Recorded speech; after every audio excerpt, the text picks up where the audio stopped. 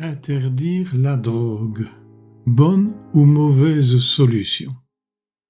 Il y a quelques mois, j'ai transmis ce texte aux différents ministres belges pour les pousser à prendre pleinement la mesure de cette problématique et à engager, sans plus attendre, une réponse à la hauteur de la crise profonde que représente aujourd'hui la drogue en Europe.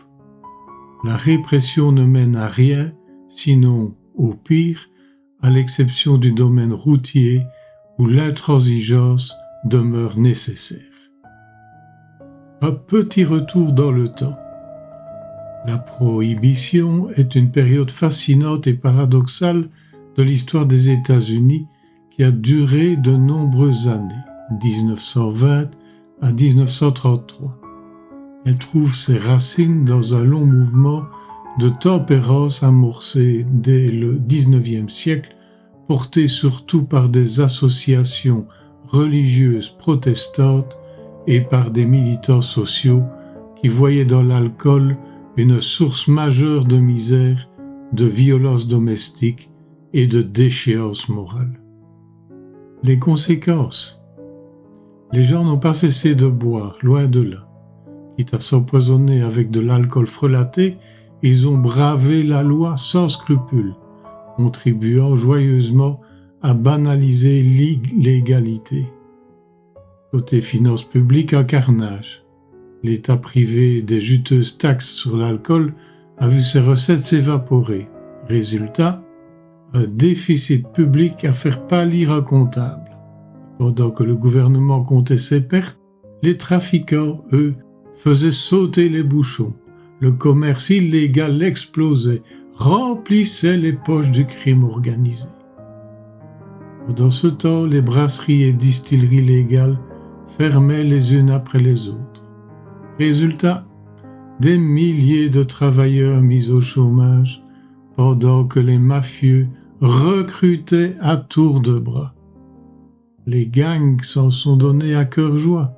Règlements de compte, fusillades, territoires disputés. Bienvenue dans l'âge d'or de la violence urbaine. Et comme si ça ne suffisait pas, la corruption gangrenait tout. Flics, juges, politiciens. Tout ce bon monde fermait les yeux, parfois en échange d'une bouteille, souvent pour une enveloppe.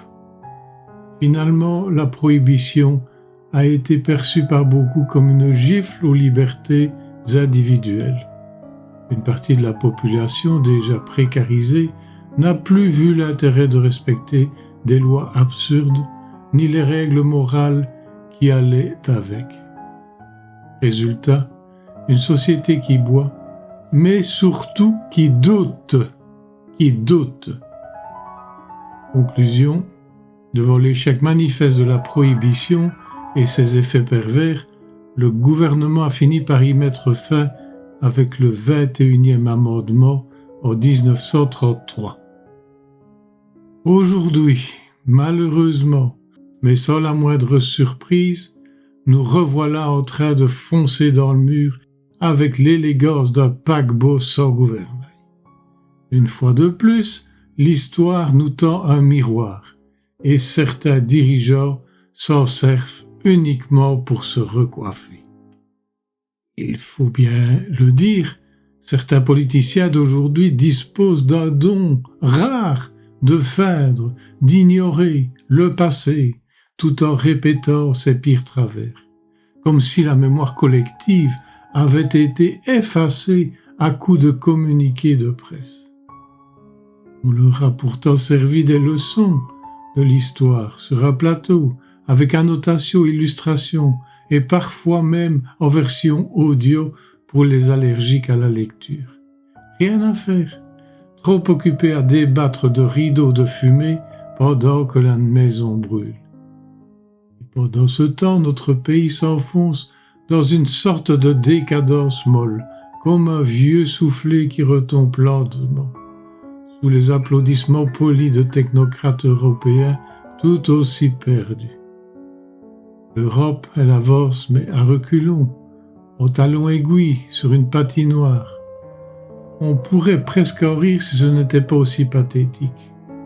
À croire que la médiocrité est devenue un critère de recrutement. Vision à long terme, zéro.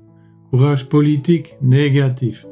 Capacité à faire autre chose que brasser de l'air, inexistante. Solution au problème de la drogue et des gangs. Aristote disait « Il faut préférer ce qui est impossible mais vraisemblable à ce qui est possible mais incroyable. Il faut préférer ce qui est impossible mais vraisemblable à ce qui est possible mais incroyable. » Créer et gérer des centres de vente encadrés de drogue pourrait en apparence ressembler à une provocation. Et pourtant, c'est peut-être l'idée la plus pragmatique qu'on ait eue depuis des décennies dans la lutte contre le trafic. Face à l'échec cuisant des politiques répressives qui ont amplifié la consommation sans éradiquer les réseaux criminels, il est temps de sortir de l'hypocrisie collective et d'affronter le problème avec lucidité. Légaliser et encadrer la vente de certaines drogues dans des centres dédiés permettrait de casser le marché noir à sa racine. Privés de leur monopole, les trafiquants verraient fondre leurs profits et avec eux une partie de l'économie parallèle qui alimente la violence dans de nombreux quartiers. On parle ici d'un changement de paradigme, passer d'une guerre perdue d'avance à une régulation intelligente. Ces centres ne seraient pas de simples supermarchés du joint, mais des lieux strictement contrôlés, intégrant des équipes médicales, sociales et éducatives. On y vendrait des produits sûrs et des doses mesurées, dans un cadre légal fiscalisé avec, au passage, des recettes fiscales qui pourraient enfin servir à autre chose qu'à financer des opérations de police stériles. Une telle mesure aurait un double avantage, réduire significativement les dommages collatéraux du trafic, la violence, l'insécurité et l'exploitation des plus vulnérables, tout en redonnant un peu de crédibilité au pouvoir politique. Car oui, reconnaître que l'interdiction pure et simple ne fonctionne pas, c'est faire preuve de réalisme, pas de laxisme. Et le peuple, curieusement, respecte davantage un pouvoir qui agit avec efficacité qu'un pouvoir qui répète des slogans hors sol. Ce ne serait ni un aveu de faiblesse, ni un chèque en blanc à la défonce généralisée, mais une décision courageuse, basée sur des faits, des expériences internationales et un soupçon de bon sens, ce qui, en matière de politique publique, reste une denrée rare. Regarde toujours dans la direction du soleil et les ombres seront derrière toi.